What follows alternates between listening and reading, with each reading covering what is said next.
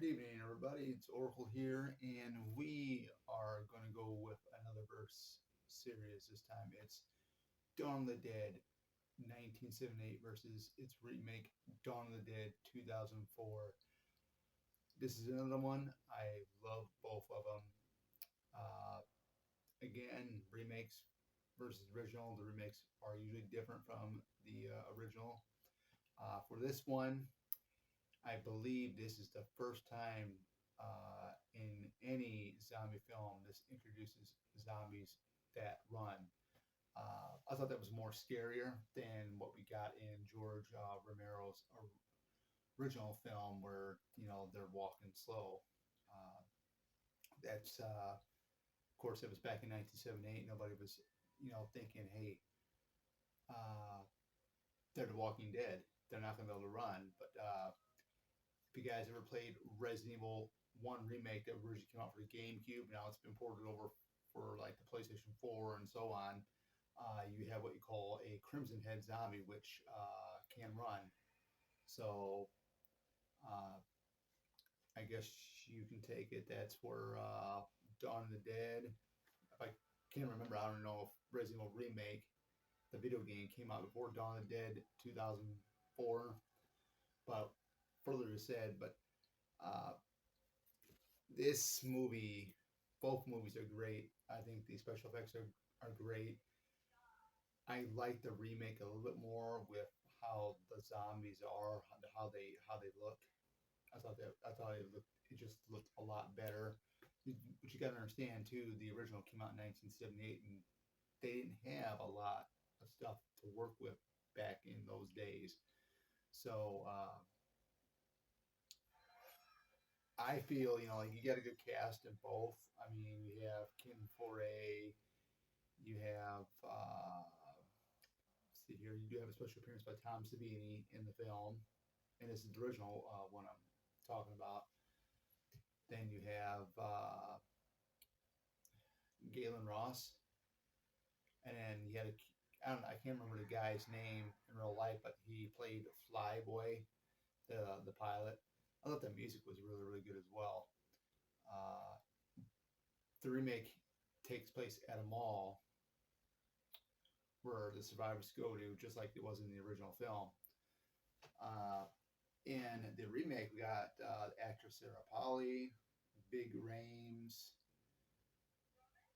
You had the guy, I think his name was Lou Banks. He was also in Jason X, and there was another movie that he was actually in as well. Uh, I think the acting in the remake was really well done.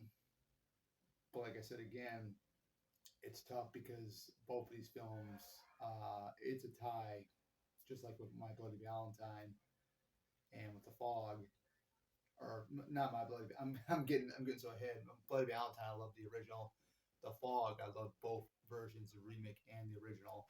So yeah, I mean, what more can you really say with Dawn of the Dead remake versus original, other than I think it's a lot more scary having zombies that can run versus zombies that just walk slow. But for that time in 1978, it was pretty frightening. It was, I mean, this was before my time. Of course, I was born in the 80s, and I grew up partially in the 80s, and I grew up in the 90s. So I never got to experience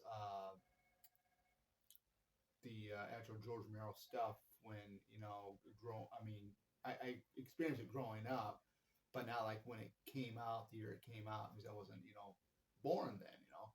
So I like the fact that they did put a lot of creativity with the remake. The whole scene with when they took the vans from the parking garage and made them armored. I thought that was really cool, and just a lot of the action scenes that you see in here with them, with the survivors shooting at the zombies. I thought that was really really cool, especially with Andy on top of his gun store, and they're playing the game. Let's hit this zombie that looks like a celebrity. And there was one that was like Burt Reynolds and Jay Leno, and he shoots him right dead in the head with, I believe it was a sniper rifle, and bang, you know. But in the remake, we had the motorcycle gang. We didn't have that in the remake, so that was one of the missing things. The motorcycle gang, I thought it was really fun when they came in and raided the mall, and you're going up against Peter, who was Kim Foray's character, and Flyboy, and the one guy, I can't remember his name, the one that was in the same unit as Peter, but they were in two different sections of it. It was him. I mean, he eventually turns into a zombie because he did get bit, but he got bit during the semi trailer blocking doors of the mall. So I mean that was pretty frightening. Not really. I mean, I'm not. Yeah, I don't get too jumpy with zombies or anything like that. It's just once you know everything about horror films, it's not scary. Like I watched Texas Chainsaw Massacre, the original from 1974. I cringed like the first couple times I watched it because of what they did with Sally. But this last time I watched it, I'm like, there's really nothing to it. Uh, it's acting. It's what they're acting. Sure, I mean stuff like this. I mean, like that could actually really happen. Someone torturing somebody like that. But I just think in the back of my mind, it's just a movie. However, anybody that's crazy enough to show their kids the 1974 original Texas Chainsaw Massacre, I think really you're out of your freaking mind. I mean, if I had kids, I wouldn't be showing them that stuff. Uh, but getting back to the Dawn of the Dead remake versus original, definitely a must watch. I love it. Love both of them.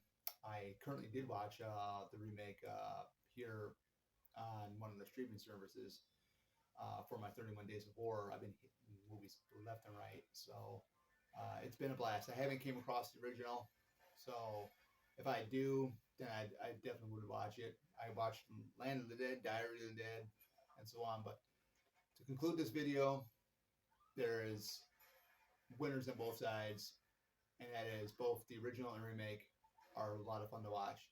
If you haven't watched them, definitely give them a try.